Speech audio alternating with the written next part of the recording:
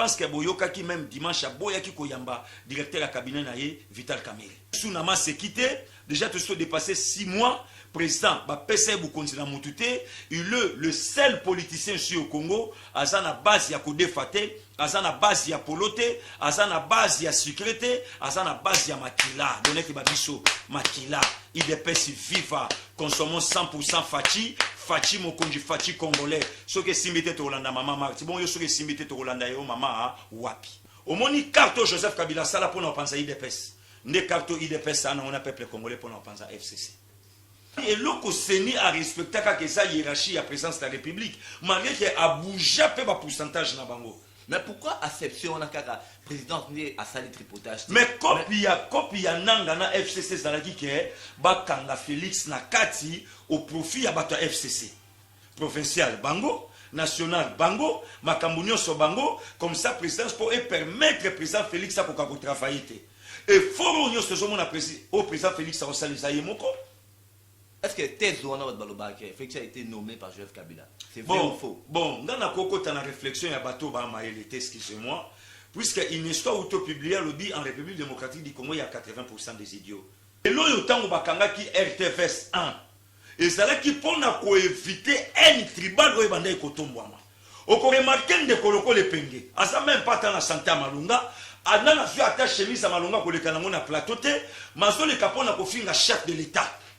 On peut remarquer soi-disant un avocat. Le col à Nico Maïngue, le Kouloutou Nanga Franck Dionga Bengana et Penenae. Azo le capon finga chef de l'État. Or, cause à l'avocat, Zamouto a ébi Beko. Vous sentez que c'est quelqu'un au Yatanga. Mais un avocat, Azo le canepe na média, Azo finga nepe Mukonzamo Kabakanga Bango. Formation Tambola Kana Congo, Keno, Kabila, les fils à Somanda Kouana. Les lots parlaient de Marc Brisa libéré, ni Tropin ni Tambour. Les lots portaient à Mounene a parlé de Marc de Fongwami. Les lots Mourasa Sukunate.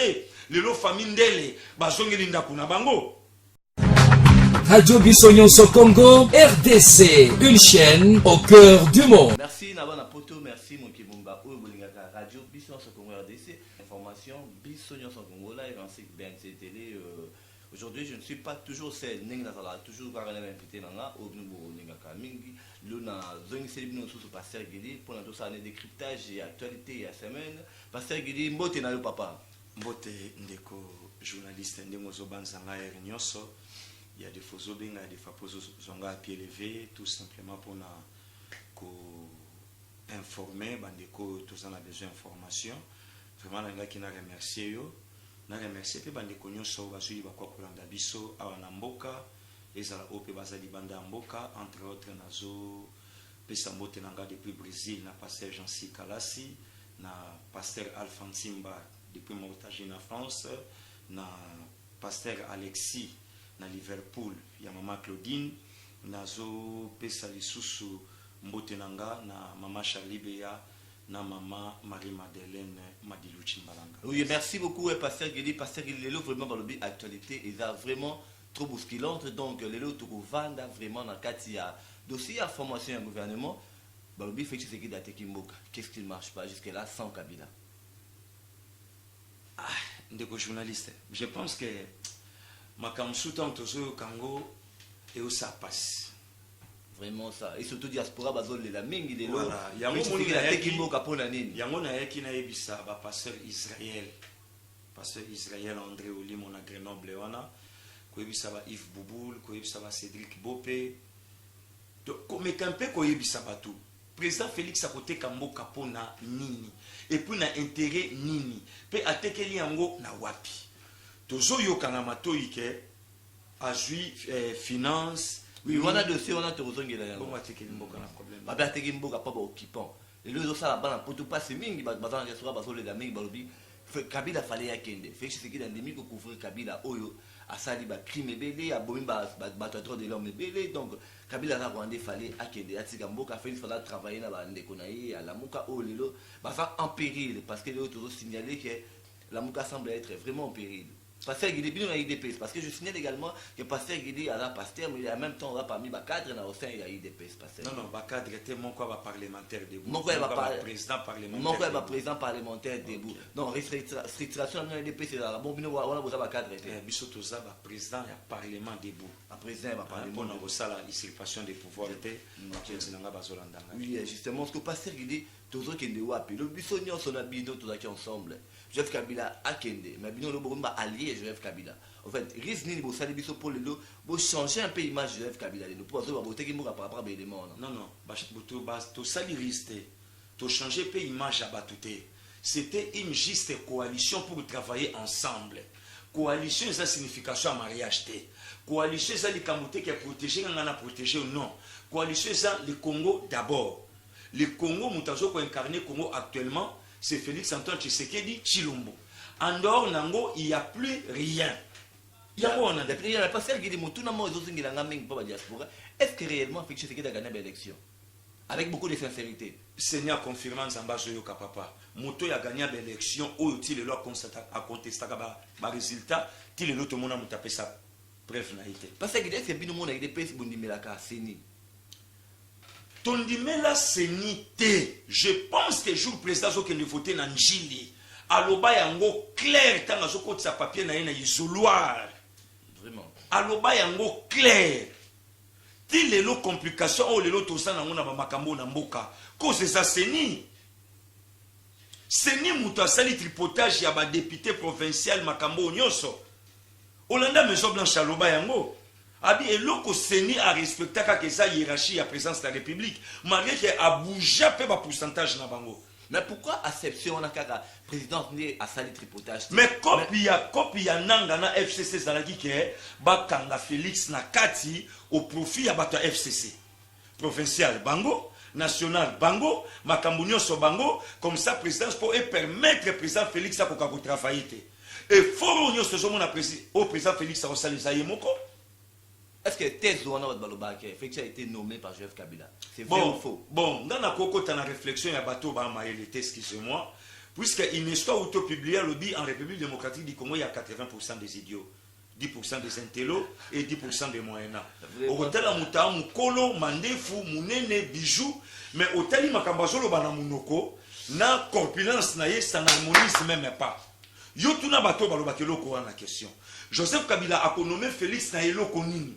Il y a des licenciés bourriques dans ces pays. Est-ce que les lots vraiment, Félix Tshisekedi avait vraiment les leaks? Il fallait se taper vraiment les leaks sur ces prévaloirs. Il y a que le média qui a déboulonné le système Kabila. Parce que les lots toujours senti que le système Kabila, ils ont toujours dans le quotidien dans l'ISO. Non, arrestation arbitraire, interdiction, manifestation publique. Les lots toujours sentiront vraiment, ils ont toujours les sens. Ndeko journaliste. Aloba qui déboulonnage le système Kabila, je vais déboulonner le système dictatorial dans mon pays. Le système dictatorial, c'est ça le système Kabila. Et là, on va changer point de vue pour ma partenaire Nabila, c'est ça.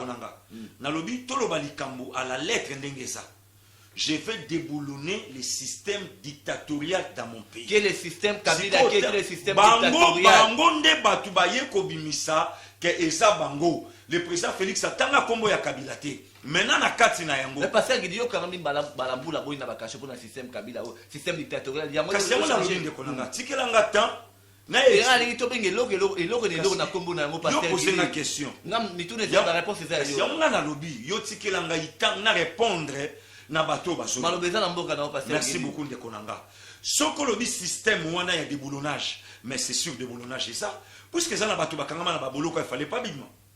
Déjà, les lois babimi de boulonnage. Les lois n'ont biso bande kona poto ba yebite que Kabila a kangaka parler de marbre à partir du musée de Perte Naye. Information tambola kana Congo que non Kabila les fils à Somanda Kouana. Les lois parler de marbre ça libéré ni tropin ni tambour. Les lois portaient à Mounene a parlé de marbre Fongwami. Les lois Mourasa Sokunate. Les lois famille Ndele bazongi linda kuna bango. Les lois baati le ko balongwe na FCC. Ndeko Joseph Kabila a été nommé mutu na parti ya mutu. De combattre le club atteindre justice a gagné ango yo yebi et je suis même pas tant les lots passés godem pour asa FCC asa clair ya kolobango na média lobby ba André Kimbuta système nyoso na bientôt aux arrêts bazon sabilo ko nyoso l'état les lots yo linga ki bati kabandeko oyo ya ba beret rouge sans argument et bon baleka ba marché. Pour quelle raison? Le loyo linga ki batika RTFS 1. Bande kwa lamuka baleka ba créer ka N ngalo to na mboka. Tala musala bande kwa na bando sala na chaîne Adolphe Muzitu ko créer N na kati ya mboka. Il fallait batika yango. Mais l'état de droit, on a faut liberté de penser. Il ne faut pas confondre l'état de droit ou la démocratie et l'anarchie. Et là, au Congolais, c'est battu yango. Mais même là, nous allons reprocher Kabila. C'est ça. Tu reproches à Kabila na ba répression, tu reproches à la dictature, tu reproches à la makambe. La fermeture, il y a des médias également. Mais justement, il y a un lobby na yo. Les lois yotango bakanga qui RTFS 1. Et c'est là qui pour éviter un tribal où il y a kotombwama. On peut remarquer que koloko le penge. À ça même pas dans la santé à Malunga. Adna na su attache chemise à Malunga pour le kanango na plateau te. Maso le kapona ko finga chef de l'État. On peut remarquer soit disant un avocat. Le kola Nico Maïngue le kulu tunanga Frank Dionga bingana e penenae. Azo le kapwa finga chef de l'État. Or koza la avocat za muto ayebi mibeko. Vous sentez que c'est quelqu'un oya tanga. Mais un avocat azo le kanepe na média, azo finga nepe mukonzambo kabakanga bango, basimba bango, babeta bango, bango bazo circuler na bango ça et puis basa à l'aise. Mokonzambo kalobaki na kotika la kokanga mutute soka fiminga. Mais mutu nyoso oya komema trouble na ye na mboka nde tokosimba ye. Lokola RTFS 1 e bandai komema trouble en na mboka yango ba bloka yango. Oui, pasteur Guédé Tolobé un peu formation et un gouvernement. Pourquoi fait que c'est Andimi un gouvernement avec 65 membres? Tata, Andimi en place ni. Pour information, et je dis na minoko na bino bande ko na bio ba journaliste na musala o internet ye mutunyo soza na news na ye mutunyo soza na site ne ya koloba. Mona mboka Félix Andimi en place ni. Gouvernement ebimite a signé te et loko moko te kaka tola mukana tongo grande sœur nanga na Canada ma mester Ntumba lobi asobenganga na maina misu. Alors, ce n'est pas ce qu'il dit. Mais pourquoi il y a bataille de paix pour ça, on a tendance à contredire l'alliance avec ça, on a FCC. Alliance ni asali na bataille FCC au bisoto contredire ngo. Jamais comme ça se représenter dans une LDP, c'est ça. Oh, à sa représentante na sa. Bon, lorsqu'on a officialisé les accords dans la FCC, pourquoi bino bataille de paix? Quand il y a FCC na cache réponse dans le chef de l'État. Chef de l'État n'a rien à voir dans Non, écoutez papa. N'expliquez bande ko loko va comprendre nga. C'est pas le fait que ceux qui FCC na cache basale loko moko d'office au bango bakangi fo mukonzambo kangi mango. Félix c'est le Congo d'abord. Ce n'est pas la coalition chez Félix. Coalition ça peut travailler. Mais Félix, il faut répondre na makambo no so ba congolais ba nango besoin. Tango a nommé Freddy Matungulu, a nommé na coalition. Tango a nommé Papa Kyungu, n'a pas profité na lobake maman la ministre a finir par co-signer dossier. Voilà. Tango a nommé la coalition pour comprendre que coalition égale à Félixité. Félix, le chef de l'État, c'est le Congo d'abord. Il y a un moment qui depuis si ça ma comme la coalition qui a une liste de gouvernement après il a prévu 40 mais coalition au yolo binangati. Mais au monité que a signé ngoteti lelo. Siko yo tuna bandeko oyo. Makelele oyo bazu que président Félix akabi défense, akabi mine, akabi justice, akabi finance na moi, na butu, na tongo tona pokwa. Parmi les accords avec ça, on a un partenaire dans la FCC. Pasteur Guidi toujours qui est malin dans entretien na biso. Pasteur Guidi, le fait Félix Tshisekedi a reconduit le chef de l'état-major général des FARDC dans ses fonctions. Un cabinet c'est aussi signalé bien. Est-ce que n'est-ce pas là aussi une erreur? Il y a eu une instabilité dans l'Est du pays pendant parce que le système Kabila a tenu pendant 18 ans avec même général instabilité qui toujours dans l'Est du pays. Félix Tshisekedi a donné la même personnalité. Est-ce que ça va pas nous amener toujours dans la même chose? Bon, d'abord, dans le banon, le général Célestin Mbala, à son nom kabiliste. Un nom kabiliste, c'est un ex-phase. Un moboutiste tout fait. Un nom kabiliste de deux. Et bah, posto yamaka, ce quoi, il y a armée, bah, changer en go pas en pambaté. C'est pas une erreur. Raison pour laquelle le lot, ngana yo tout ça, qui ça, soyons sérieux, mon frère. Yo peta la caméra, n'engotinda anga. On remarqué qu'aujourd'hui, la ville est tranquille avec le général Silvano Kassongo. Avec le général Silvano Kassongo. Pasteur Guidi, mais les faits de l'eau, par exemple, parce que nous avons des pays qui ont été alliance. Bah, bien sûr, nous avons été alliance de l'eau. Son net nani papa. Son niveau, c'est là qu'il y a alliance na ndoki. Les lots, hormis qu'au Kangabino na Butu. Bon, omoni batu bazo bebisa mitema ya batu na poto et ça bande ko ba journaliste auto sana bango misala. Pour l'année parce que ba charge na bino bo Te. ba motina suka. Ndeko. Yo benga kanga yo sana adresse. Cadre kitoko. Tu ressens que la paix dossier Non, ma journaliste on a passé c'est là. avant la passer Gili. Ndeko, Mais c'est pas là. na mutu on a biso na passer. Mais nazo yate. Fait c'est que il bloqué le gouvernement et zo bimaté pourquoi passer Gili. Ce que le gouvernement Sobimaté, ça profite au peuple congolais. Pourquoi ça profite au peuple congolais? Président de la République, nazo répondre papa Edo na Canada. Président de la République aloba ki yango clair. Naza na besoin ya bilongi ya kalate oyo baza na problème na peuple congolais. Oyo ba yiba babuma. Gouvernement oyo toza na besoin ba Thomas Lwaka te mukonza mboka lingi yango te. Toza na ba besoin ba Germain Kambinga te. Toza na besoin ya ba vieux nanga oyo Équateur oyo nani oya libumuneno nani José Matila Soumanda. Toza lisu na besoin na bango te. Toza na besoin ya ba homme nouveau même ata na FCC m'intègre comme information. Non to ebisa papedo. Président voyage qui na cadre moko ya FCC. Asa na réputation malamu. Asa cible pe o le lotam so ko mapé moko ya ministre de la justice. Hein papa? C'est ça c'est que les gens oublient. Le long mutazo betali solo que akabi défense. Papa, raisonnez pe maman place au fandi. Ministre de la défense, abanda ko kende réunion conseil des ministres na kingakati ou bien ndako tango na chef de l'état. Hein? Le lotom ba be bisabino mitema. Vous pensez vraiment à ça? Hein? Le long ministre de la justice, abanda ko kende réunion conseil des ministres na kingakati ou bien banda ko kende ngo. Soki le lo ba ko ba bochable le lo zotika FCC. Félix Wapi, à cause du ministère de la justice et de la défense, na mine, ndenge bino bozo débrouiller kana internet, pas que pesa ngoka. Bon, na posé no bino question. Après cela on kabila na ndenge ni. Kebiso mbale ba président, na na su yo comme ça, on nommé batunayo, ça c'est dit n'importe quoi. N'importe quoi. Hein? Ça ne tient même pas la route makambo yo. Ezo sala rabino pasi. Akabi yango, pe akabeli yango na esika nini. Mais pasteur ça c'est la sorcellerie. C'est ça qui est le komoro boye ke babenga ki jour on a pas ta poto, bazo le labino bote kimboka. Mais que ça ba idiot te passer Gili bazo mona oyo zo mona tele. Papa Gustave Chibangu bazo landanga, hein? Bazo landanga, bayebi eloko oyo na zoluba. Ndeko nangai Moïse Tutu Katalai azolandanga aux États-Unis ayebi eloko oyo na zoluba.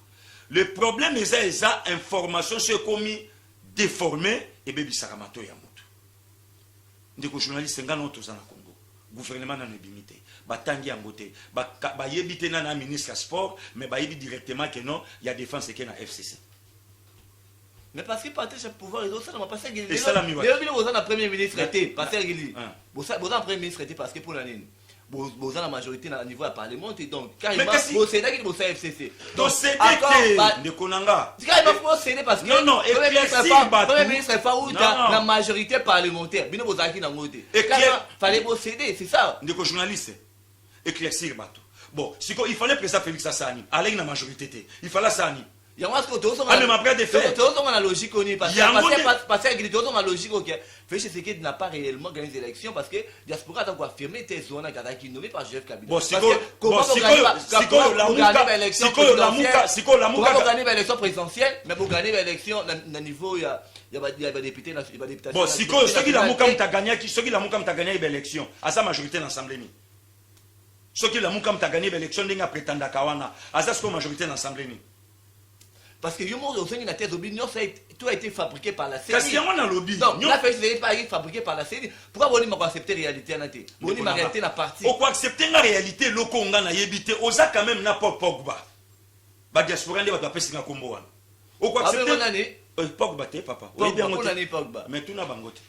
Yo ko pesa nga likambo wana banzete moindo place baza ba yebi yango ba Cédric Bopé na Londres ba yebi yango ba yebi ke mikolo yo po mutalo bana bango vérité na Congo Luka Pogba vraiment biso le bana biso vérité pour dans mais na biso vérité ko buka ndelo kuta to pasteur papa Gili au monde na yarabo le babo solo yo yebi bien que santé sanga bien te na zo ka perdre mais pas mututin après mission na za pire petit à député mon côté na kena na bureau na pianga quelque chose na za ngote. Donc j'ai tout intérêt à défendre Mboka Nanga à toute sincérité. Nanga muta sala makambo yo po ba yeba ke Kabila rolongwa na pouvoir te. Bitumba onyo soso na Félix Azobunda. Peuple congolais ko tunde ba soutenir ye. exemple na Sénat tolinga tozwata 3 sièges wana te pour FC ça melaka champagne yoye biango que non tous les 7 sièges yaye. Mais le président a utilisé de tout son poids. Yakobo a quand même vice-président au Sénat.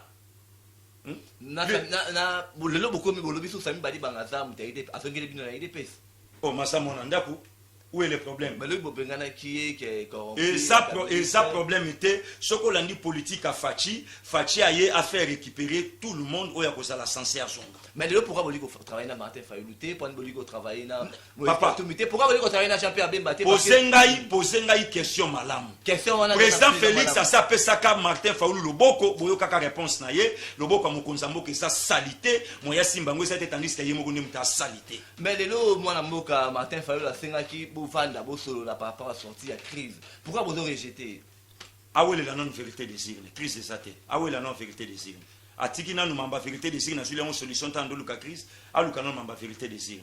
A expliqué batune makamba lettre, a expliqué batuke na Lubumbashi to kabona nke de poisson Jean-Pierre Bemba june présidence. A expliqué batuke Moïse Katumbi atikina ye, a na posa ça l'opposition républicaine. A expliqué batu pourquoi nga na sala ka meeting esika communauté bandu ndezo dominé. Oyo kité dans quelques jours ok na kaluka. A quel mbate ponani? A quel metete ponani? A yengiringiri te ponani?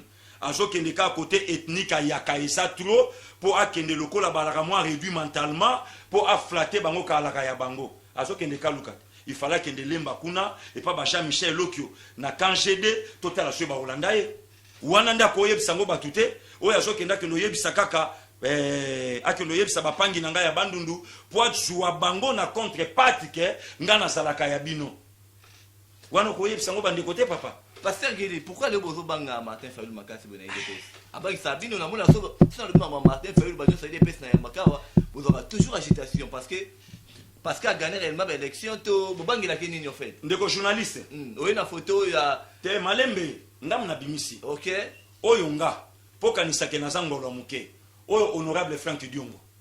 Nazana kata résidence na ye au sentir a pessimbo de Jordan doit photo bien vous bougez mal on l'a plus la micro le Jordan soit bien vraiment na diaspora ba mona déjà ayamba kinga na résidence na ye pour diaspora ba mona ke musala na sala ke za ya studio te na sala ka musala terrain nde mukolo honorable Frank Diongo alobaki nanga ke ngai na Félix ne batuto yamba Martin Fayoulou na IDPS poto l'accès politique yango bref yango honorable Frank Diongo ye ngai ye apesi nga mbote lombe mobali nde mukola lobaka na nga ke ngai na Félix nde batuto yamba Martin Fayoulou na IDPS na suki wana.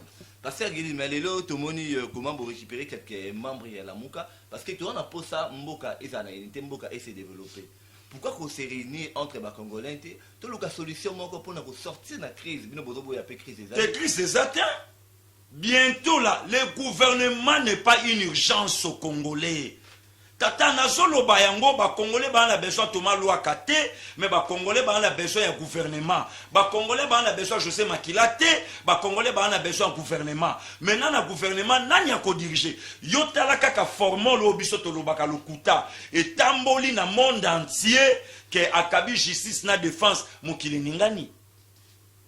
Mokili ningani. Or batu ba yebite que tant ba votaka papa Molière na Selemba ou azalaka FCC batu ba yebite tangu ba votaka Daniel Safu alaka ya lamuka po finga Félix batu ba yebite tangu ba votaka Mike Mukebai azalaki ya FCC po liaka ka bambonge pa ba konzi po finga lelo Félix mais tangu batu ba pesaka yefo ba yebaka te que lelo lamuka mutu et voter tangu mwamba na Sénat avec 13 sénateurs. Le lot la muka ba ebite ke na Tanganyika ba ngonde batu ba vota Zoé Kabila gouverneur ba lobi ngote sikoto on fa la hôtel ma devant batu pas ebisa batuni. Mais pasteur Guéli parce que nga na so lobi le lot pasteur Godin Poyi ya assemblée provinciale banani ba votai ba Mike Mukebai le lot vérité on a batu ba ko loba ngote bitumba oyo président Félix Aobunda azobunda ngo seul au milieu de loups banani ba kotse kuna eza biso peuple congolais azobunda na azobunda lelo po abimisa mboka na trouble oyo Gentini Ngobila na ville ya Kinshasa banani ba voter la muka raison pour laquelle le moni ba boya ko voter allié ya chef de l'état Laurent Batumona pourquoi lelo ba ko yebisa ba diaspora vérité ya makambo yote Lelo Félix a commis le cola animal expiratoire, donc abattre facilement. Kate Kimboka seme. Oyo la muka basali na CC. Lelo mona sumu kebai na télévision. Lelo banen ba votango bila. Bango. Zoé Kabila lelo banen ba votai. Bango. Et aujourd'hui le chef de l'État azobunda bitumba yemoko et Congola vandi Félix Atekimboka. Azo apesi sous bango défense. Akopesa ngo banani. L'article 87 de la Constitution. Et pesi pouvoir. Il y a pour coordonner forces armées congolaises. Celui qui non, celui qui révoque, celui qui rejette et celui qui appelle. À quel point ça Kabila pour Kabila Sanangoni. Voilà formant, tout simplement. Un oyo bato la muka bakot ici. Na mitema na bango. Pour bango bakoma na haine. Pour na ko menacer chef de l'État. Comme ça, peuple congolais a boakaye. Dieu merci. Nzamba sa sembo. Si lelo décision, batuba osonga ka na raison. Tata, na oyebisa yo. Omoni carte Joseph Kabila sala pour na pensa IDPS. Nde carte IDPS ça on a peuple congolais pour na pensa FCC. Oui, merci beaucoup Pasteur Guéli, mais avant de continuer dans la question thématique, nous sommes entrés à la politique. Tout le bien un peu question il y a Ebola. Pasteur Docteur Mouyembe a mis qui plan à riposte contre l'épidémie. Est-ce que l'amélioration aux alapos et sauver un peu est. Bon, nalinga qui non expliqué avant Docteur Mouyembe, n'a expliqué Docteur Oli Ilunga. Docteur Ilunga c'est un mauvais, à ça Bruxelles lelo, allez mbongwa kimi. Ben Kalombo bolandela ye kuna, mistananga yo sanabela. Bolandela ye asa kuna na Bruxelles. Docteur Oli Ilunga a dû bambongo de millions de dollars américains. Alingi kofungo la riposte était. Maintenant, quand le chef de l'État lobby a récupéré tout à main, a bangi, baya koche la ye dossier ya papet Tshisekedi na mutu. Or aye biango. N'expliquer le comment. Kasi yango tika n'expliquer le comment. Si, la vérité passe. David aza le seul roi na Israël. Oyo na kufite me basi ba remplacer na Salomon. David a vu sa Salomon binemi na ye nyonso. Yango itango roi David a obo machimei. Ayebi a lobby oyebi mabo salara tatananga.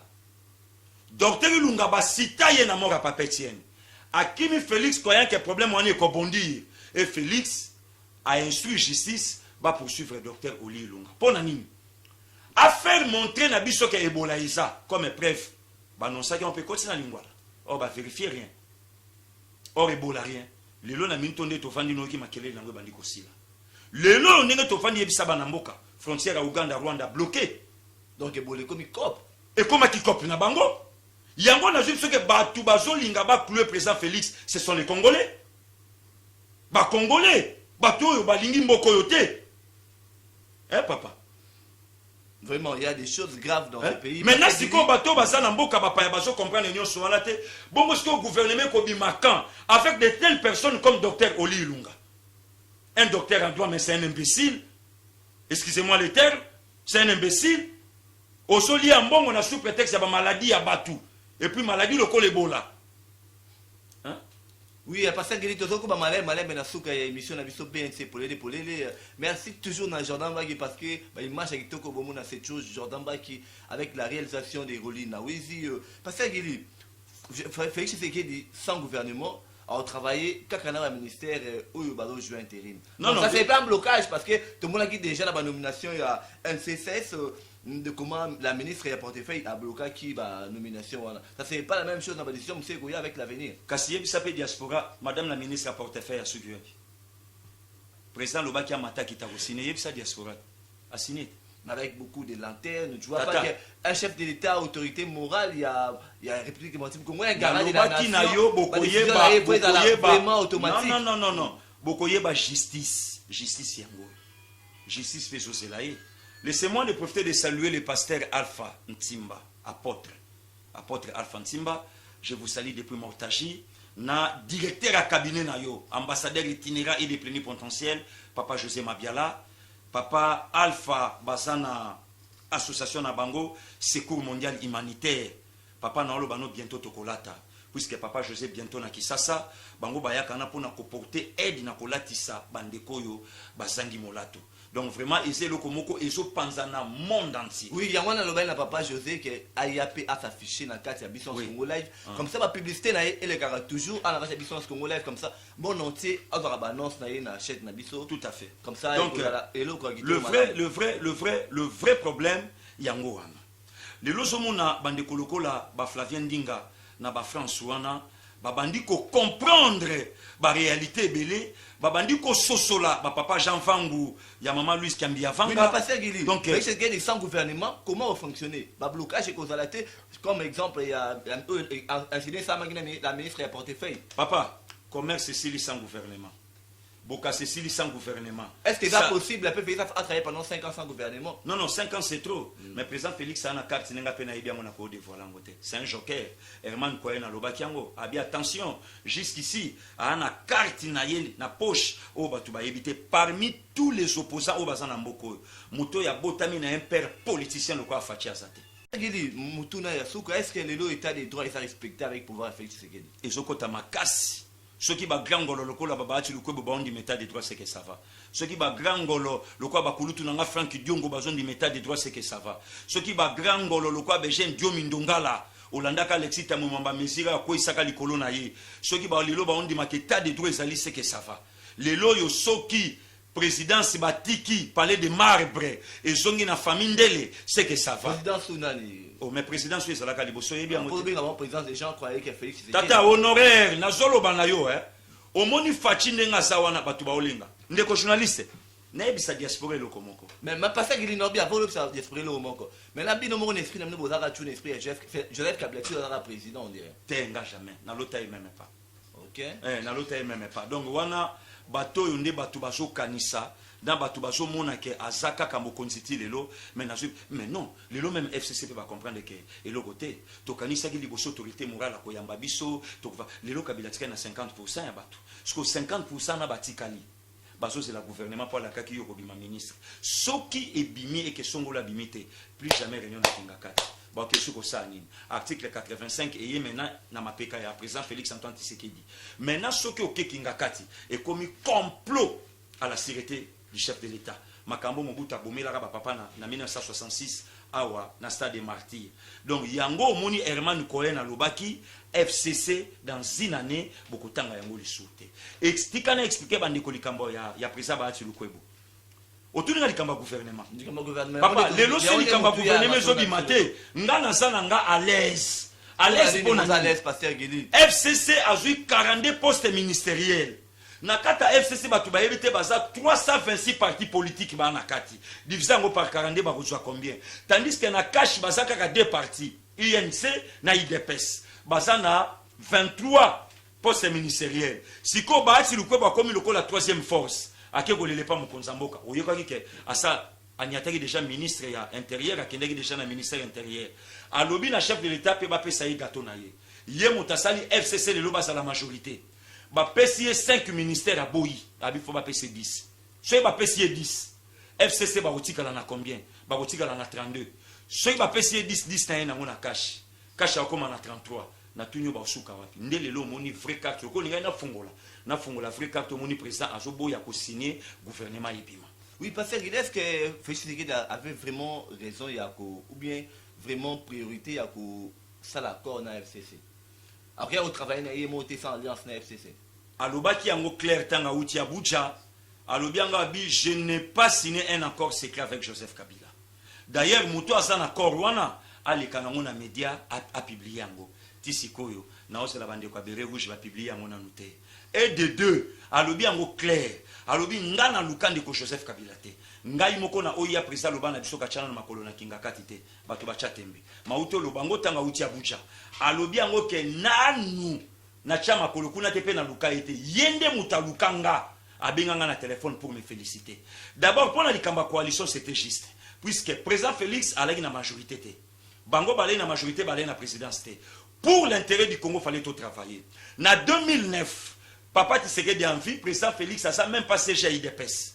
A sa l'émission na télé 50 à Jean-Marie Kassamba.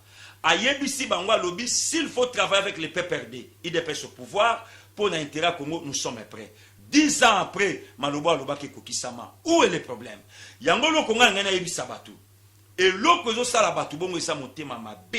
Ceux qui basent les Kambouba, l'ambi yango ba bimisi yango internet au monité, a teki mboka oyo monité, a signé contrat na ba Rwandais, Félix oyo wapi tata, na koloba na batu ceux qui moloko la bochab, alobi ke FCC ba sakani na ye.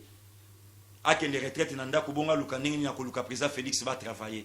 Félix kam takendo teka défense na mine, akendo teka na finance na et pas Kabila. Tata, celui kamba koko sesate vanda melata mai poli suma koko sela mutu likambo. Batu ba ya suko linga mutu wana makasi koleka pour ba comprendre que boso ina yena lokuta. Oui, pasteur Guili déjà tourné peine émission na biso avec permission il y a Jordan Baki, pasteur Guili lelo eko démentir, Félix Tshisekedi a sali accord monté pour le gouvernement sont 5 membres. Il est mon président Lobaya. A sali a PC ministère de la justice na FCC. A PC T. A PC ministère à portefeuille T. Et le côté. Et le côté papa. Na ngeza malobana suko la caméra oloba. O ngaye yo nazotala ko naza à l'aise. Nazo yebisa bandeko président a sali eloko moko te lokola ko kabakash FCC Tonini. Nanga professionnel na yebisa ndeko nanga jusqu'à Bodès Océan. Na Pretoria kuna sangi saba ndeko nyonso yebisa bango nanga pe na yebisa ndeko nanga Nixon Kasadi depuis Cape Town président Nixon Kasadi sangi saba ndeko nyonso expliquer bango vérité ya likambo ngeza mensonge n'importe quoi. Oh lelo batu bafandi, je pense que papa Edo Landinga, papa Zola na Rotterdam Olandinga oyo nyonso batu baluka ki basala to comprendre bango. Ministère de la justice na maboka Kabila te et le côté tata. Et aux amaboka portefeuille wana ki na maboka Kabila te. Et aux amaboka Kabila ndeni mama portefeuille otina nkoboela mukonza mboka signature. Félix Azala Zoba mon chef. Mes respects à vous pour assumer ce ministère kuna. Hein tata. Merci beaucoup Nabana Poto, merci mon Kimumba O, vous avez toujours branché na bise dans son Congolais. Merci à Christian Nyama Bukabeya par rapport à cette assistance dans l'émission Yadilo. Pasteur Guili tourne dans cette émission, mais nous avons toujours l'impression que le Bongo Bali Malobasuka. Non, nangana ebisa bandeko. Omoni makambo yo tata oyebi condition de vie na ole kana mona mboko. Oui, justement na rien là va pas na poto bodo déranger na mingi. Yo savez ça numéro de pasteur Guili, so bosti ne pe mbonga so mata catch na Dubai. Et ça na $2000. Na ba sécurité à vraiment micro enlèvement et paille. Pasteur Guili moi $2000 pour na ya so mata catch. Comme ça autant on a moins kiti de belé. So ba si $2000, $2500. Biso na ben ces médailles pasteur Joël Konde to ba sa wa likolo.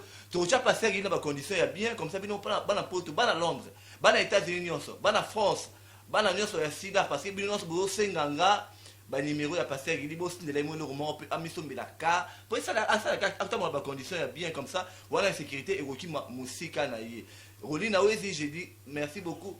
Merci beaucoup parce que Toto continue toujours dans l'annonce de la mission qui est annoncé et belé pour nous s'afficher dans le site de la mission sur Congo Live pour aux agences, aux maisons d'habillement, ou quoi que ce soit, pour s'afficher pour tournage vidéo, au tournage à clip, au tournage, il y a réalisation, il y a film, il y a documentaire. On est là pour réalisation, on a drone et combattant. Outillage nyonso matériel caméra nyonso audiovisuel tout ça na ngo pour lancer la nous musala kitoko o wapi parce que je dis un grand merci na yo parce que on répond à l'invitation na merci ndeko nanga na répondre bandeko yo bozo pesaka ba information lokuta Washington apesi RDC 48 heures boyina boye en tout cas président Félix apesi défense kuna po Kabila afuta 5 milliards à nyongwe pa baris tala ezana batu bana poto mitema na bango ezalia ma Mester Ntumba na Canada ezana batu bazolila kulutu nanga Félix Emmanuel Mafakala lipasa Yesu mwana nzambe lipasa mokonza mboka mama nanga Marie-Jeanne Nkuta ezana batu bazolila bazana mboka bapaya wana na poto malala kana seko lela nzambe pona Congo soko zana information te kolekate soko zana posta publicité na yo ya chaîne na yo ozana bagage te ozana matière te ochekaka costume na yo po ba mona yo achuda bisa na ngo besoin te changement de mentalité le kinanga jamais de kabasela na ngo besoin te kulutu nanga Jean-Claude Matadi mfumu na Grenoble papa Benjamin Piana ya mama Sophie Chantal na Grenoble wana bazana bango besoin ya makambu na oyo ye nango te kulutu nanga mosali na Nzambe Jean-Marie Chani depuis Washington à Maison Blanche. Je pense que Congolais azana besoin atonga mboka na ye papa ngana olonga cité tia na moto pasteur Guili ya ngena la message mama Monique Kaping website nga pasteur Guili yo azawa na yo ka continuer pasteur Guili code poisson bucket oyebi ke na komi mayele depuis barataki nga avant-hier mais nyonso wana nazotia vie nanga a danger oh Joël Kalonjilelo azana posa lelanga ite depuis Canada. Je pense que Bishop Nemi Kabeya basana besoin mboka wi tambola Monseigneur Nzambe makambo lobaka pona cabinet ya chef de l'état asa bandi konyata bango à comprendre que ba jezalaki asa bandi konyata bango. Bishop Élisée Mulumba musala ese bandi na kati ya suku ya chef de l'état. Je pense que boyoka qui même dimanche à boya ki koyamba directeur à cabinet na ye Vital Kamerhe. Sunama s'est quitté, déjà tout soit dépassé 6 mois. Président, PCB il est le seul politicien ici au Congo, à sa base ya Kodefate, à sa base ya Polote, à sa base ya Secrete, à sa base ya Makila. Donnez babiso Makila, il est si viva, consommons 100% Fachi mokonji Fachi congolais. Ce que si mettez au Rwanda maman Marti, bon yo ce que si mettez au Rwanda yo maman wapi. Merci beaucoup Pasteur Gili, émission la comme dans la souka nango to téléma pour aspirer d'inga temps de téléma dans to pesa dans mbote oyo. Maman Monica Pinga lobby déjà Pasteur Gili semaine oyo dans code pour aussi la cash na Dubaï. Merci beaucoup maman. Monica Pinga. Maman Monica Pinga. Nazo zelango po wewa ezopia respecté. Na komi mayele na bare abis, ce qui na bomba miata na sima et au sala bino bien olé ke boyo ka ke banlefa kingai na kendeki. Merci beaucoup Pasteur Gili. To rolembate so imo enquête chez été. Merci. Faut tambo na mutu kane ozo na ndako ben média. Merci ndeko. Merci beaucoup Pasteur Gili. Radio Bissonyonso Congo, RDC, une chaîne au cœur du monde. Vous êtes sur la radio Bissonyonso Congo RDC. Oui, tapez www.radiocongonews.com, accédez dans notre site et avoir toutes nos informations. Soyez le mieux informés dans le monde.